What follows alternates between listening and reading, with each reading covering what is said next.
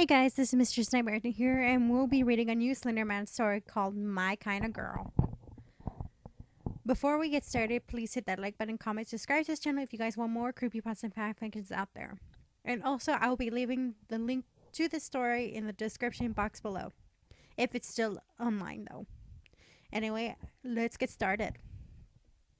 Hi, my name is Allison Marie. I am 21 years old and I'm tall. And I'm abnormally tall for my age.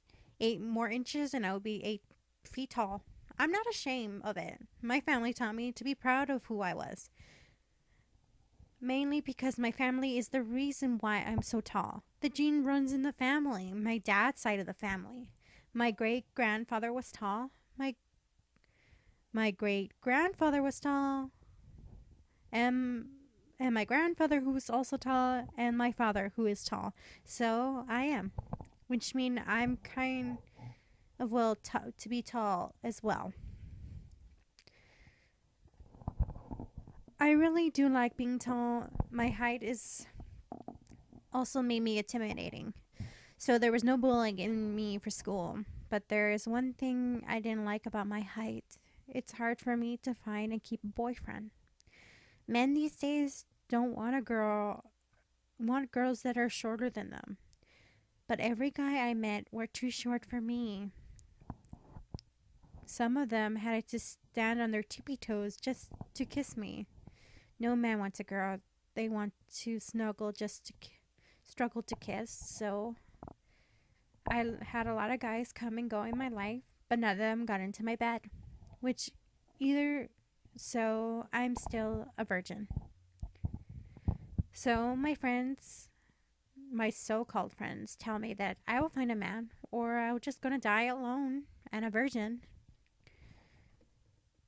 When they finally put me down, I go down for a walk in the woods.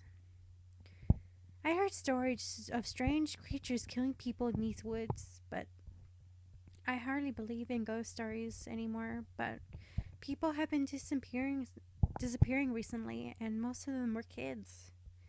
So I assumed they were running away from home.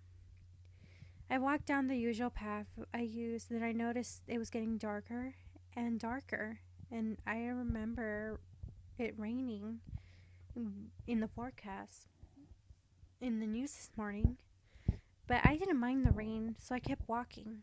As the sky grew darker and the wind started picking up, maybe I should head back. Then I just noticed something. One on the trees.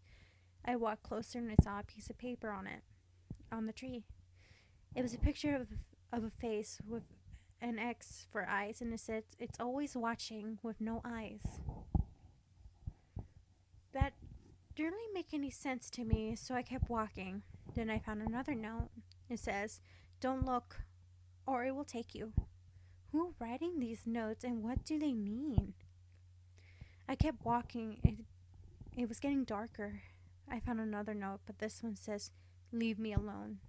That made me have goosebumps. But I shrugged it off. Maybe it was some kind of sick prank or something.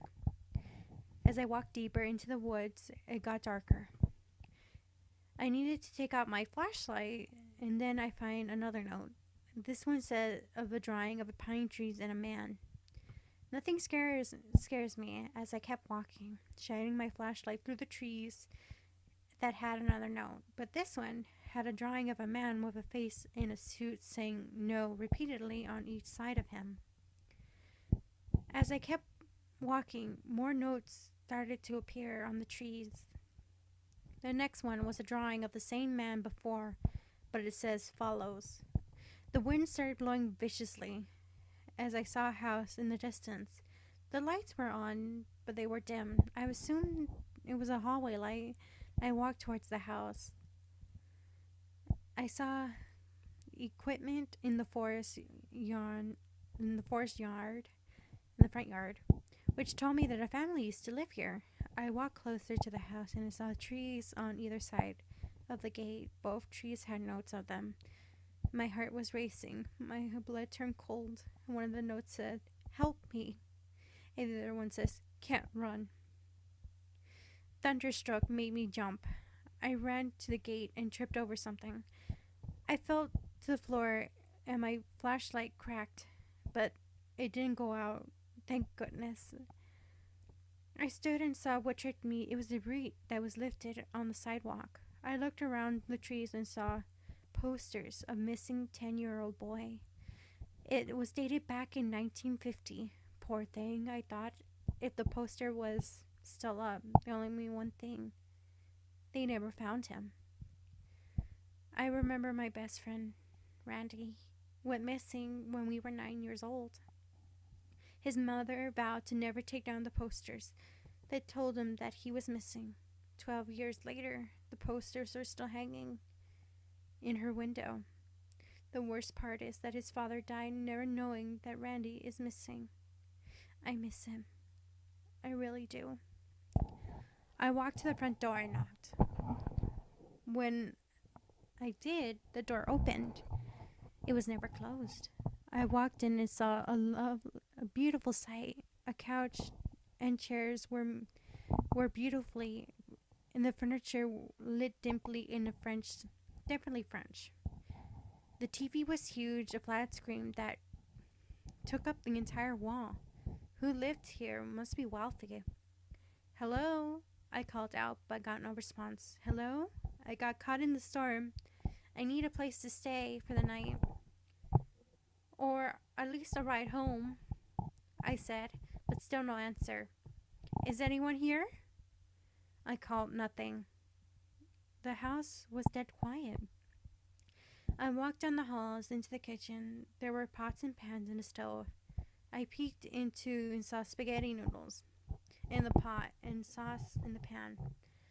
I saw a table with 5 plates and which had spaghetti sauce on them. The food was cold and the sauce on the plate was dry. Whoever lived here must left in a hurry. I walked back down the hall and opened the door and led to a study where more fancy furniture and a piano and a bookcase. I left the door ajar as I walked up the stairs. Hello, I called again.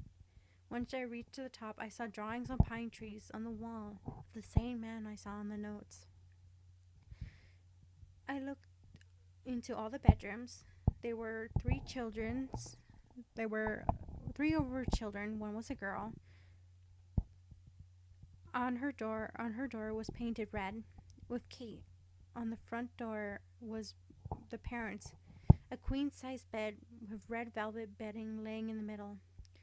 The dressers were black. The closet door was wide open, revealing clothes made for a man and woman.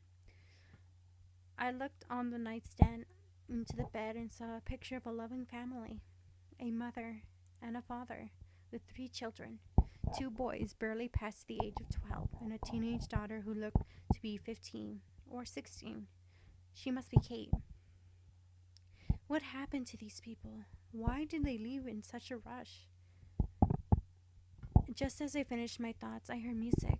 It sounded like a piano. They must be home, I thought hopefully. They don't kick me out for intruding. I walked down the stairs in the study of the music coming from. Before I went closer and said hello, the music stopped just as I said that. I didn't mean to intrude, but I got lost in the storm. I need a place to stay, or can you at least drop me off at the edge of the woods? I don't mind walking. The door opened wider. A man stepped out, and it wasn't the man I saw in the picture. This man was dressed in a suit with a red tie and a white and no face. I froze at the sight of him. He came closer to me, and I was petrified with fear. I couldn't even blink. He stopped right in front of me. He was taller than me. Not by much, but taller. He tilted his head to the side and left, and I heard him ask, "What are you, witch?" Then everything went black. Slenderman's point of view. I followed the girl as she looked around at my notes, but didn't take any of them. She was very tall for a human, which made me think she wasn't a human at all. She must be a witch who used a sort of growth spell to make her tall. Of course, there's no way for a human to be that tall. She is almost tall as me, I think. Well, I might as well get acquainted with this witch.